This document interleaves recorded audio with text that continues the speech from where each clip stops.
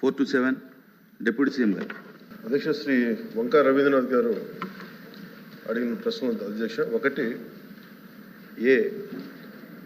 దేశంలోనే ఎలక్ట్రానిక్ వ్యర్థాలను ఉత్పత్తి చేసే 3 అగ్ర రాష్ట్రాల్లో ఆంధ్రప్రదేశ్ ఒకటి అనేది వాస్తవమేనా? ఈ ప్రశ్నకి సమాధానం అధ్యక్ష లేదు. ఇది ఉమ్మడి తెలంగాణ రాష్ట్రాన్ని కలుపుకుంటే అది ఏదైనా 3వ స్థానంలో తెలంగాణ ఉంది, ఆంధ్రప్రదేశ్ లేదు అధ్యక్ష. 2, అయితే రాష్ట్రంలో ఎలక్ట్రానిక్ వ్యర్థాలను సక్రమంగా తరలించేందుకు ప్రభుత్వం తీసుకుంటున్న చర్యలు ఏమిటి?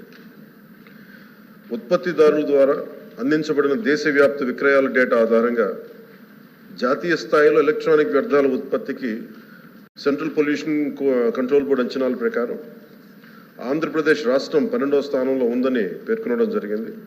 దానికి అనుబంధంగా నకలు కూడా జత చేయడమైంది. భారత ప్రభుత్వ పర్యావరణ, అటవీ, వాతావరణ మార్పుల మంత్రిత్వ శాఖ ఎలక్ట్రానిక్ వ్యర్థాల నిర్వహణ నిబంధనలను తెలియజేసింది. ఆంధ్రప్రదేశ్లో 1 ఏప్రిల్ 2023 నుండి ఇప్పటి వరకు అమలు చేయబడుతుంది. ప్రస్తుతం ఎలక్ట్రానిక్ వ్యర్థాలను తరలించడం, రీసైకిల్ మరియు శుభ్రం చేయడానికి ఆంధ్రప్రదేశ్ రాష్ట్రంలో 6 ఎలక్ట్రానిక్ వ్యర్థాల రీసైక్లర్స్ వ్యర్థాల సేకరణ కోసం నమోదయ్యాయి.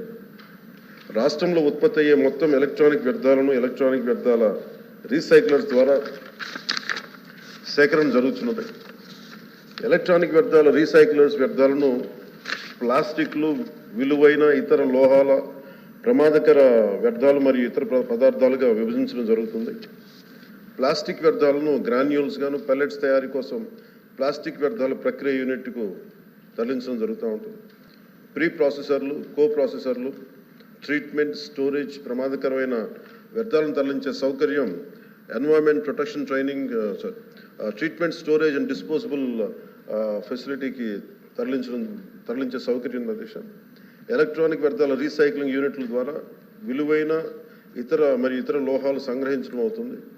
మరి ఇనర్ట్ మెటీరియల్ తరలించడానికి తదుపరి శాస్త్రీయ ట్రీట్మెంట్ కోసం TSDFకి అంటే ట్రీట్మెంట్, స్టోరేజ్, డిస్పోజల్ ఫెసిలిటీకి దీన్ని తరలించబడుతుంది. మరిన్ని వివరాలన్నీ అనుబంధంలో జత చేయండి.